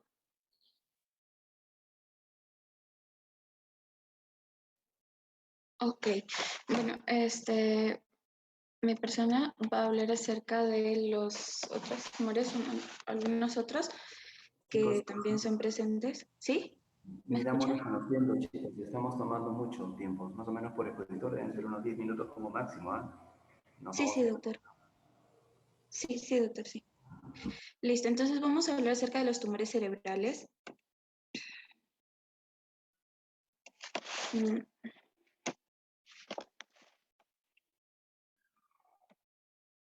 Ok, listo. De manera general, vamos a ver que esta es la segunda, neoplasia más frecuente, se puede decir, y se puede encontrar mayormente en adolescentes de menores de 15 años y menos, ¿no? Entre los más comunes, o bueno, los tumores cerebrales más comunes que vamos a encontrar van a ser el astrocitoma, el dendroglioma o los ependimomas. Son los más comunes que vamos a encontrar dentro de este grupo de tumores cerebrales. Ahora, los factores genéticos, los factores, perdón, que pueden predisponer a la aparición de este tipo de cáncer, se ha visto que no hay mucha relación entre factor genético y un factor ambiental, es disminuido. Sin embargo, se presentan, hay tumores que pueden estar relacionados a algo genético, pero son el 4% nada más. El sexo no se ha visto que sea un factor que influya. Y en la parte de los factores adquiridos, se puede decir que puede ser, por ejemplo, la edad del padre, son algunos factores que se han mencionado como sugestivos, que puede ser que la edad del padre quizás a muy tarde lo haya procreado, pues tenga mayor riesgo de tener un tumor, ¿no? El niño. O factores que supuestamente aparentes, por ejemplo, el uso de pesticidas, el hecho de que la madre haya fumado durante el embarazo, o factores de protección de vitaminas también durante el embarazo. Pero un factor que sí ha sido demostrado es la exposición a la radiación. Entonces, bueno, eso sería en caso de los factores. Ahora vamos a clasificar estos tumores cerebrales y se pueden clasificar de 3 maneras. De una manera histológica, o según su localización, o según su extensión. De manera histológica vamos a encontrar la OMS lo ha clasificado en 4 grupos. El grupo 1, que tienen menor proliferación, pero con una curación, mayor curación después de la cirugía. El grupo 2, aquellos que son infiltrantes, pero con una mitosis menor, sin embargo, tienen mayor recidiva luego de que hayan sido tratados con el tratamiento, valga la redundancia, ¿no? Pero tienden a progresar mayormente a malignidad. El grupo 3, por ejemplo, las neoplasias malignas, con mucha actividad mitótica, y un grupo 4 que se podría decir que tienen una actividad mitótica, pero que son muy propensos a crear una necrosis. Entonces, así en este tipo de grupos los ha clasificado la OMS, y los más comunes, o que podemos encontrar aquí, son, por ejemplo, los astrocitomas, el meduloblastoma, el neuroectodérmico primario, los ependimomas, los craneofaringiomas, y bueno, ahí podrían seguir leyendo. Según la localización, son mayormente de mayor predominio infratentorial, pero, perdón, se ha visto que a partir de un año de vida, se puede decir que son mayormente supratentoriales. Sin embargo, los podemos encontrar, son más comunes obviamente los infratentoriales después de la edad de 1 año, los podemos encontrar en un 50%, ahí vemos los astrocitomas cerebelosos, entre otros. También podemos encontrar, por ejemplo, los celares o los supratentoriales con un 20%, que son, por ejemplo, los craniofaringiomas, los gliomas, quiasmáticos, y los hemisféricos el 30%. Ahora, según su extensión, podemos saber que son mayormente propensos a diseminarse por el espacio subaracnoideo. Entonces, por ejemplo, vamos a encontrar que si nosotros en una neuroimagen encontramos algo raro, se podría decir, pensar, o por ejemplo, encontramos algún tumor que haya sido, que esté por el lado del espacio subaracnoideo, tendríamos que realizar alguna resonancia magnética con gadolínio antes de la cirugía y analizar también el líquido cefalorraquídeo buscando la citología, la glucosa, las proteínas, entre otros, ya que muchos de estos que generan extensión a través del espacio subaracnoideo son muy metastásicos. ¿Listo? Entonces, eso vendría a ser en la parte de la clasificación. Con respecto a las manifestaciones generales que presentan estos tumores cerebrales, las manifestaciones clínicas, principalmente vamos a encontrar lo que sería el síndrome de hipertensión intracraneal. ¿No? En lo que sería el síndrome de hipertensión intracraneal, vamos a encontrar el incremento de la presión, ya sea por una obstrucción de la fosa posterior o también podría ser por una comprensión del hemisferio, ¿no? Algún tumor que esté presionando el hemisferio y esté bloqueando los ventrículos, o algún tumor, obviamente, que sea hiperproductor de líquido cefalorraquídeo. También podemos encontrar dentro de este síndrome de hipertensión, del incremento de la hipertensión intracraneal, vamos a encontrar algunos déficits visuales que pueden ser secundarios a un papiledema crónico, o también porque se haya generado un tumor cerca de la vía óptica, pero pueden o no producir una hipertensión intracraneal. Vamos a encontrar dentro de esta manifestación de la hipertensión la tríada clásica de cefalea, de vómitos y de somnolencia. Esto es lo que vamos a encontrar dentro de los niños. Y pues obviamente en lactantes vamos a poder encontrar una irritabilidad que generalmente va a ser causada por el dolor, ¿no? Y está muy relacionado a una macrocefalia. En lo que es los signos de focalización, podemos encontrar, por ejemplo, lo que sería hemiparesias, paresias, unas posturas anormales de los lactantes principalmente, ya que estos obviamente podrían tener paresias, por ejemplo, en las extremidades, sin embargo, nosotros no podríamos notarlo, ya que estos lactantes pues, todavía no caminan ni nada, ¿no? Entonces, eso podríamos incluso hasta obviarlo, o se puede dar como, o sea, no se darían cuenta. Alteraciones en los pares craneales, nistagmo sin déficit visual, porque podría afectar el cerebelo, entre otros, y un síndrome diencefálico por afectaciones de la línea media. En el caso de la manifestación clínica, en donde presentarían crisis convulsivas, todo va a depender obviamente de la lesión, de la localización, perdón. En el 50% de los tumores hemisféricos, menciona que las revisiones que hemos estado buscando, mencionan que el 50% de estos tumores pueden causar convulsiones. Y todo va a depender también, otro factor que puede incrementar estas crisis convulsivas, va a depender también de la malignidad del tumor, ¿no? Si es un tumor muy maligno, entonces podrían ocasionar estas crisis convulsivas. En lo que respecta, puede ser otro factor que puede incrementar estas crisis, pueden ser la edad. Se ve que mayormente las convulsiones en estos tumores neuronales son principalmente en adultos, se ven mayormente las crisis convulsivas más que en niños.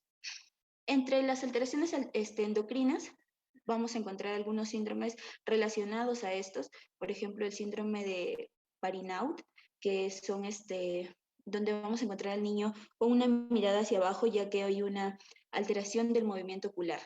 ¿sí? Y una disfunción pupilar.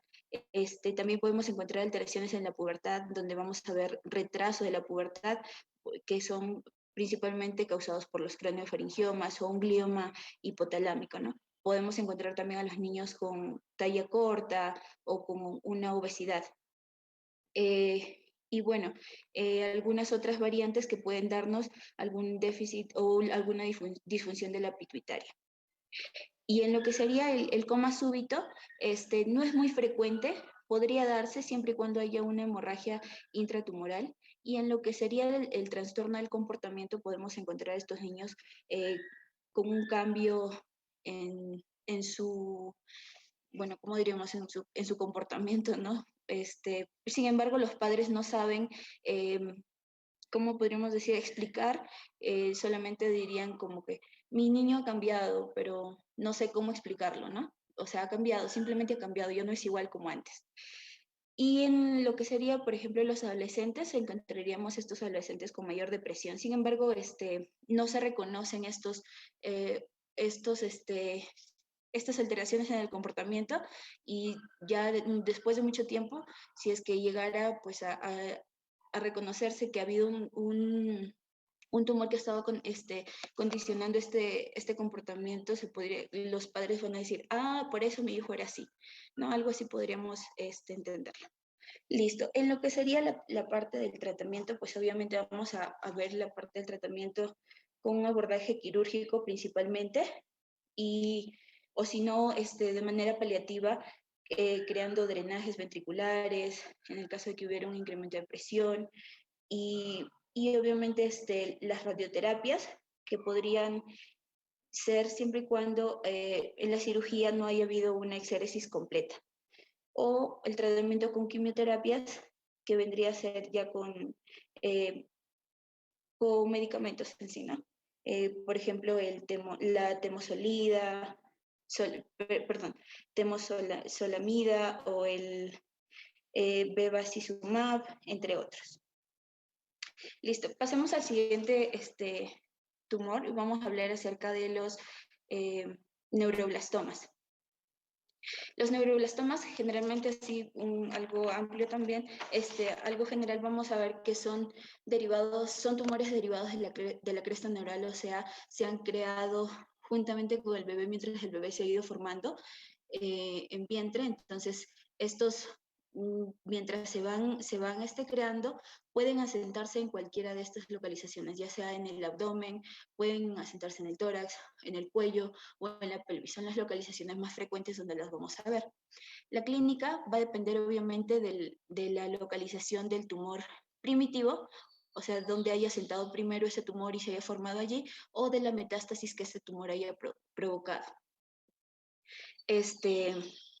Dentro de las clínicas, por ejemplo, que puede producir el tumor primario, vamos a ver, por ejemplo, si es que se localizó primeramente en el abdomen. Una localización muy frecuente es una localización suprarrenal o lateroventral, y estos se van a manifestar con un dolor abdominal, y en el diagnóstico nosotros podemos encontrarlo como masas palpables, ¿no? Al momento de hacer la exploración física. En lo que respecta, por ejemplo, a la localización, si fuera en el tórax, vamos a encontrar signos de compresión, como por ejemplo la disnea o el síndrome de Claude-Bernard-Horder, algo así, Bernard-Horder, que es la interrupción simpática que lleva el nervio desde el cerebro hasta el rostro. Entonces, hay una lesión de este nervio, y pues esto nos va a producir, por ejemplo, miosis, apoptosis o incluso anhidrosis de ese lado de la cara, se podría decir, ¿no? También, si es que este tumor se puede encontrar en el cuello, lo podemos encontrar como una compresión visible.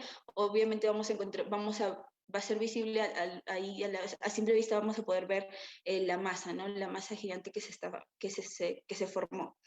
Y pues si fuera en la pelvis, vamos a encontrar la clínica como la compresión urinaria y rectal. En el caso de que este tumor ya haya generado una metástasis, entonces la clínica va a estar un poco más relacionada, por ejemplo, a algunos síndromes, ¿no? Un síndrome de compresión medular, Y si encontráramos este tipo de metástasis, tenemos que saber que esta es una urgencia terapéutica, porque hay una extensión intrarraquídea, una metástasis intrarraquídea. Ahora, también puede estar relacionado con un síndrome de Hutchinson, que está relacionado al envejecimiento prematuro en los niños, y puede estar asociado a exoftalmos o hematomas periorbitarios. En el caso de que fuera, por ejemplo, relacionado a un síndrome de Pepper, se puede decir que es uno de los más comunes, uno de los síndromes más comunes dentro de este neuroblastoma, perdón, y puede estar asociado a un neuroblastoma suprarrenal y que haya generado una metástasis en el hígado. ¿No? Esto va a generar obviamente una distensión abdominal y una dificultad respiratoria causada por la hepatomegalia que esta metástasis hepática generó, ¿no? Un crecimiento del hígado y una compresión que se va a presentar en el niño. Ahora, el diagnóstico lo podemos realizar a través de imágenes. Podemos utilizar una ecografía y una tomografía que nos van a confirmar el diagnóstico, nos van a dar el diagnóstico. Con esto suele ser suficiente, pero en caso de que no, podríamos también realizar una resonancia o una gamografía con yodo. Esta puede confirmar el diagnóstico también, sin embargo es muy costosa. O podríamos realizar una radiografía de tórax buscando metástasis, ya que estos neuroblastomas tienden a ser muy metastásicos y uno de los principales lugares de metástasis es en los pulmones. Entonces, buscar en una radiografía de tórax metástasis pulmonares. O en el caso de que podríamos hacer un diagnóstico biológico, que sería verificando, por ejemplo, los derivados urinarios de las catecolaminas, que serían el ácido vanil mandélico o el BMA o el ácido homobamílico, que es el HbA. Estos van a confirmar el diagnóstico y nos van a permitir vigilar si el tratamiento está funcionando, ¿no? La efectividad del tratamiento. Y esto se puede realizar cuando haya, por ejemplo, tumores abdominales, ¿no? Principalmente los renales, o que haya habido una metástasis renal. Y en el caso del diagnóstico por citología, se puede realizar biopsias, biopsias, quirúrgicas o percutáneas, guiadas por una ecografía o por una tomografía, y con esto podemos confirmar el diagnóstico y dar también el pronóstico al paciente. Y en lo que respecta al tratamiento, pues obviamente podríamos realizar una cirugía, sí, más una quimio o una radioterapia según la enfermedad o el tumor donde haya quedado. Y, por ejemplo, las quimioterapias se dan si el tumor es localizado, y si no, la cirugía se pueden realizar siempre y cuando el tumor esté localizado o no haya generado una metástasis. Y ya la quimio, podemos utilizarla luego, antes o después de la operación o de la cirugía que se haya realizado. El pronóstico para estos neuroblastomas va a ser según el estadio, o sea, la metástasis que se haya realizado en un 50%, y van a estar influenciados por los factores, ya sean de su edad, que por ejemplo en niños menores de 1 año o lactantes menciona que estos tienen mejor pronóstico independientemente del estadio del tumor. O sea, si bueno, no he presentado la tablita, me disculpo, para el estadiaje de estos tumores.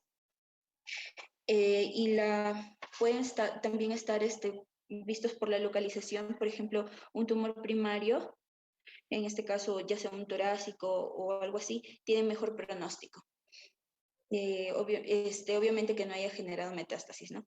La extensión, mencionan las revisiones que hemos encontrado que una vez que encontramos que estos tumores han generado una metástasis, el porcentaje de sobrevida o El pronóstico de sobrevida para estos pacientes es de un 30%. Y en el caso de la histología, es un pronóstico, el pronóstico va a ser según la maduración de las células, ¿no?, que vayamos a encontrar al momento de hacer la biopsia. Y si están relacionados, por ejemplo, al proton-oncogen, el NMIC, hay tumores que pueden amplificar este oncogen, y pues estos tumores son de peor pronóstico y su tratamiento es mucho más fuerte, ya que estos no responden al tratamiento convencional. Listo, pasemos al último, que serían los tumores óseos. De manera general también, estos tumores óseos malignos son frecuentes en un 6 a un 10% entre los niños y los adolescentes.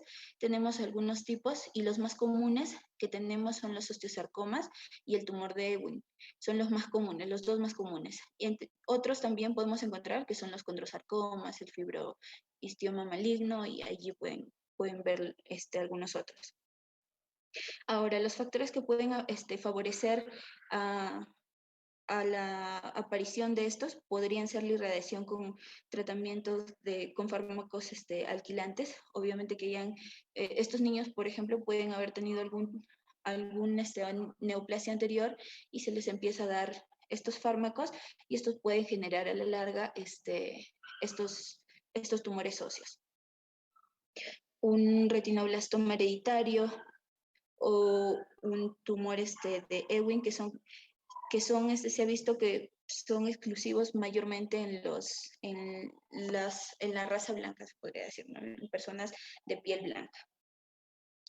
En el caso del diagnóstico, el diagnóstico se va a realizar basado principalmente en la clínica, y la clínica, pues obviamente lo que vamos a encontrar, una clínica muy clásica que vamos a encontrar en estos niños que presenten estos tumores óseos, va a ser el dolor, pero no siempre se expresa. Sin embargo, no siempre está expresado el dolor en estos niños, o está muy sobreestimado, ¿no? Algunos padres dicen, ay, no, te estás quejando por nada, o mamá, me duele. No, no, no es nada. O sea, está muy sobreestimado este dolor.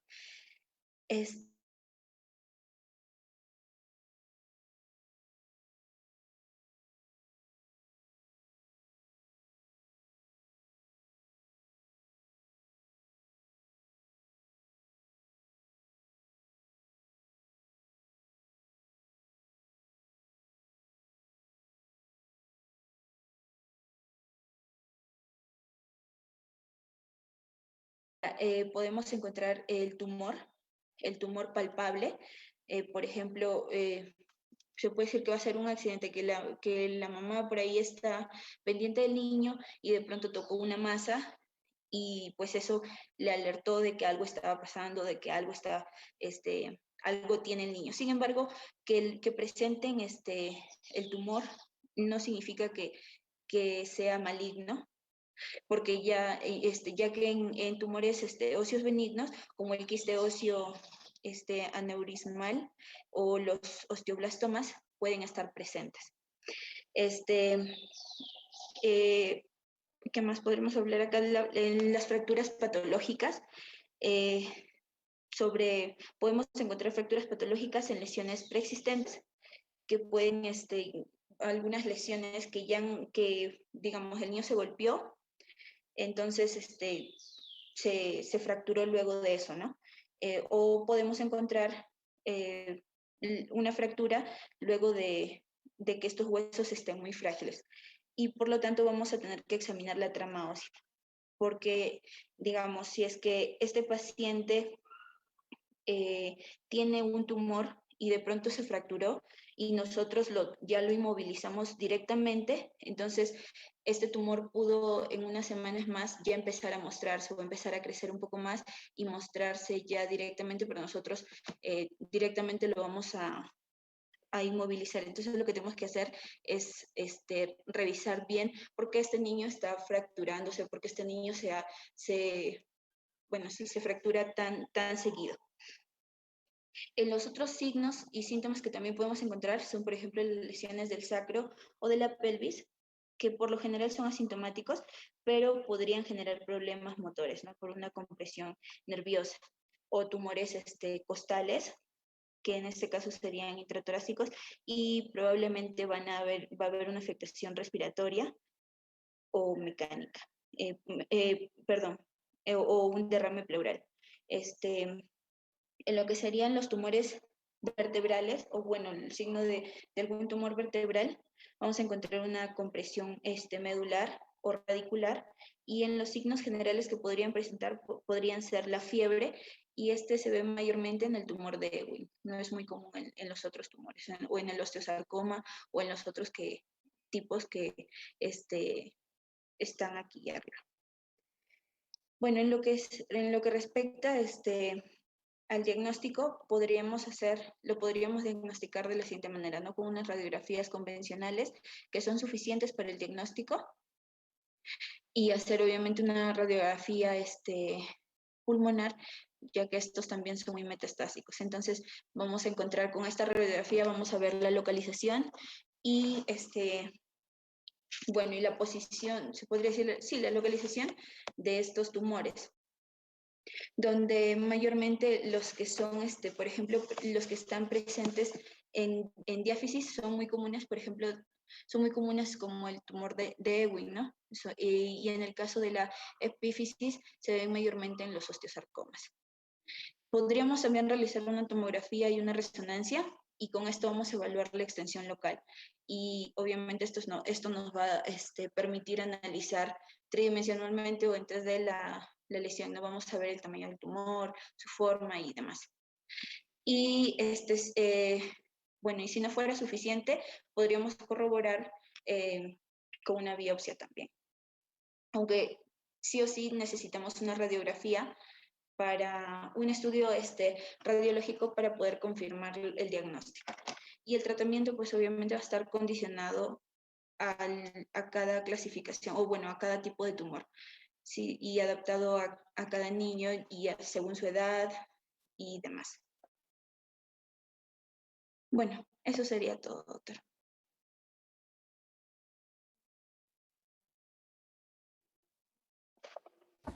Bien, ¿alguna pregunta de los que no han participado en el grupo? Solo 2 han expuesto, ¿sí?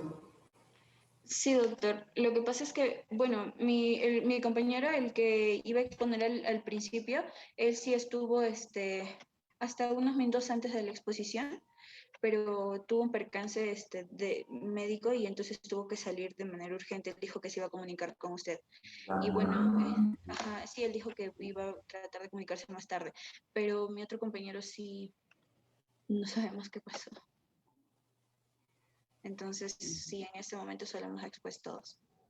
Ya se comunicarán, esperamos. ¿Alguna pregunta del grupo? Es importante que reconozcamos las neoplasias en niños, son las que tienen más chance de curación, y en la medida que hagamos los diagnósticos tempranos, pues también, ¿no? Como mencionaron a lo largo de la charla, hay que tener presente los síntomas que a veces pueden ser subestimados, como el dolor, las masas, las dolores que pueden aparecer.